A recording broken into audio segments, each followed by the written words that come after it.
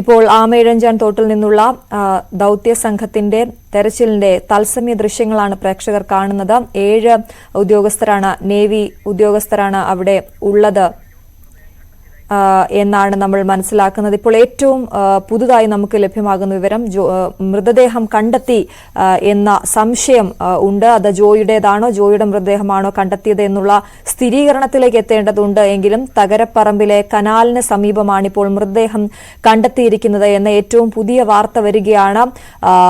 ജോയി ശനിയാഴ്ച 11 മണിയോടെ കാണാതായ ജോയിയുടെ മൃതദേഹം കണ്ടെത്തിയതായാണ് ഈ നിമിഷം പുറത്തുവരുന്ന ഏറ്റവും പ്രധാനപ്പെട്ട വാർത്ത. മൃതദേഹം കണ്ടെത്തിയെന്ന സൂചനകൾ ലഭ്യമാകുന്നു. അത് ജോയിയുടേതാണോ എന്നതടക്കമുള്ള കാര്യങ്ങൾ തിരിച്ചറിയേണ്ടതുണ്ട്, സ്ഥിരീകരണം നടത്തേണ്ടതുണ്ടെങ്കിലും ഇപ്പോൾ ഏറ്റവും പുതുതായി വരുന്ന വിവരം ജോയിയുടെ മൃതദേഹം കണ്ടെത്തി എന്ന സംശയം ഇപ്പോൾ അവിടെ നിന്നും വരുന്നു. കൂടുതൽ വിവരങ്ങൾ നമുക്ക് ലഭ്യമാകേണ്ടതുണ്ട്.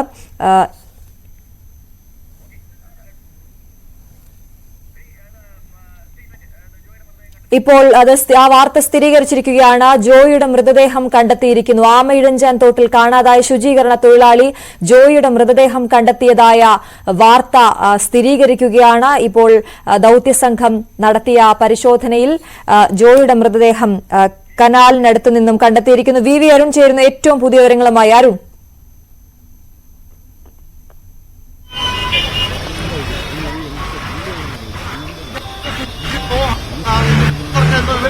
കണ്ടെത്തിയിരിക്കുന്നത് ഈ 46 മണിക്കൂർ നീണ്ട രക്ഷാദൌത്യത്തിൽ നിരാശയോടെ ഫലമുണ്ടാകുന്നു. ജോയിയുടെ മൃതശരീരം കണ്ടെത്തി എന്ന വിവരമാണ് ഇപ്പോൾ ഉദ്യോഗസ്ഥന് ലഭിക്കുന്നത്.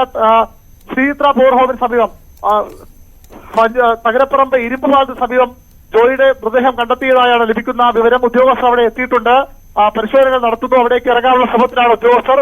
അവിടെയുള്ള നാട്ടുകാരാണ് നമുക്ക് വിവരം ഇപ്പോൾ നമ്മോട് പങ്കുവയ്ക്കുന്ന. ഉദ്യോഗസ്ഥരും അവിടേക്ക് പോയിട്ടുണ്ട്.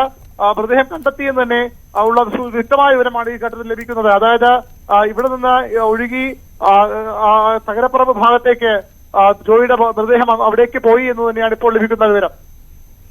ശരി അരുൺ, ഇപ്പോൾ ഏറ്റവും പ്രധാനപ്പെട്ട വാർത്തയാണ് ജോയിയുടെ മൃതദേഹം കണ്ടെത്തിയിരിക്കുന്നു. ആമയിഴഞ്ചാൻ തോട്ടിൽ ശനിയാഴ്ച